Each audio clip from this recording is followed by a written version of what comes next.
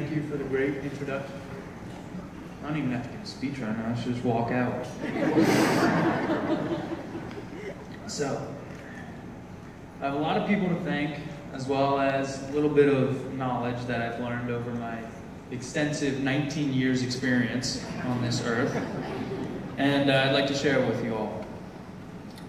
Before I get started with my lecture, I want to say that I'm truly flattered to receive this honor alongside two amazing honorees. They've done so much in their lives and careers. CNN, PBS, Career Builder, Cobrain, but look out, I'm just getting started. In doing my research for this evening, I was amazed by the names that I will be in the same company with. As I'm sure you all know, the main characteristics for the recipients of this award are listed as strength, courage, rehabilitation, and inspiration. Although I'd like to take credit for all of these characteristics, the truth is I draw on many different sources for support in order to embody these traits. Let's start with strength. At an early point in my injury, when I first began to move my legs, I came to the realization that I've been given the opportunity to do something that very few people with my injury are able to do.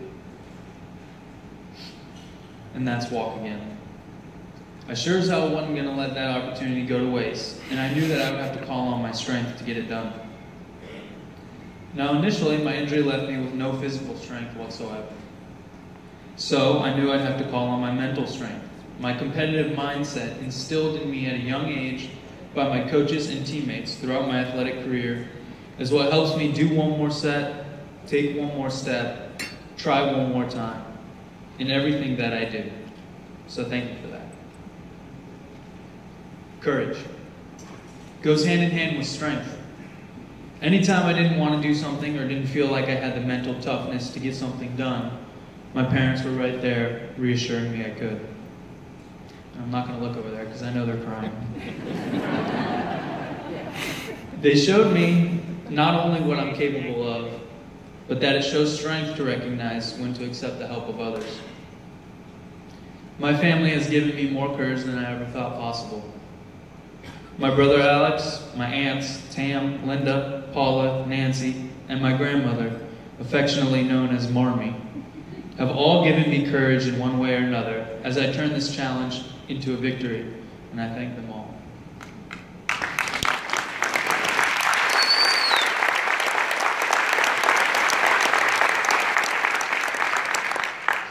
Next is rehabilitation. Starting in Hawaii 2 years ago and still continuing today, I've made lifelong friends. NRH is where I've done most of my torture. Therapy. They call it therapy. Anyways, at NRH, I was lucky enough to have the best therapist in the world.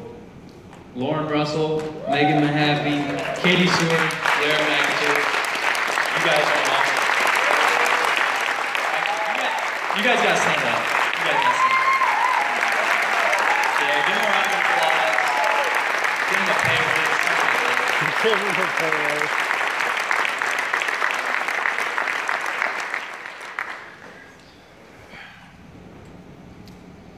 I would not be standing here today without you guys. It's kind of embarrassing that awesome is the only adjective I could think of, but I believe you guys embody the term perfectly. MidStar NRH really is like a family. From the nurses to the doctors, everyone treated me great. I even had frequent visits from the president, my main man, John Rockwood. Where you at? Oh, there you are. Having a good night? Hey, pay attention. I got you coming up next. All right. Transitioning from the hospital to working out at home was tough. But for the past year, I've been working out with my personal trainer and friend, David Fatlakani. John, you listen? Once this guy graduates from PT school, you gotta get him. Any hospital or rehab program would be lucky to have him.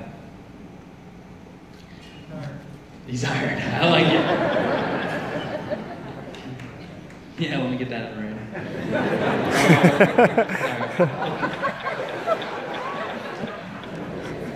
These days at George Mason University, I'm part of the Rehab Science Research Program headed by Dr. Andrew Guccione in conjunction with Dr. Groh here at NRH. They're studying the effects of exercise on rehabilitation and developing new ways to help with the rehabilitation process of spinal cord injuries. I wouldn't say being put through tough workouts week in and week out is my idea of a great college experience, but my trainers, PhD candidates Jared Goley and Gino Panza, make it fun and interesting. Lastly, inspiration. I get told all the time that I'm an inspiration to people, but I've never had the chance to return the favor. Do you guys know the saying, it takes a village to raise a child? Well, I got a new one for you. It takes a nation to rehab from a spinal cord injury.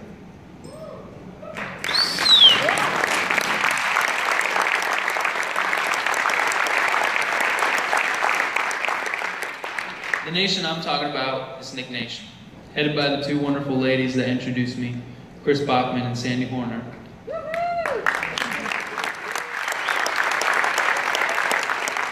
Backed by my entire school of baseball teams, Burke, Virginia community, and friends. They were there whenever I needed them. I just want to say to Nick Nation that everyone's generosity and kindness is my inspiration. Thank you.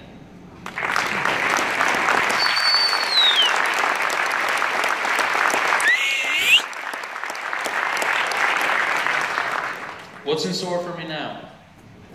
I'm excited about what's ahead. 2 months ago, I found out that I had received a scholarship from the Swim with Mike Foundation, who awards scholarships to athletes who face their tragic injuries with courage and determination. Thanks to this scholarship, I'm able to attend George Mason University full-time and live on campus, where I'm studying criminology with a focus in intelligence analysis.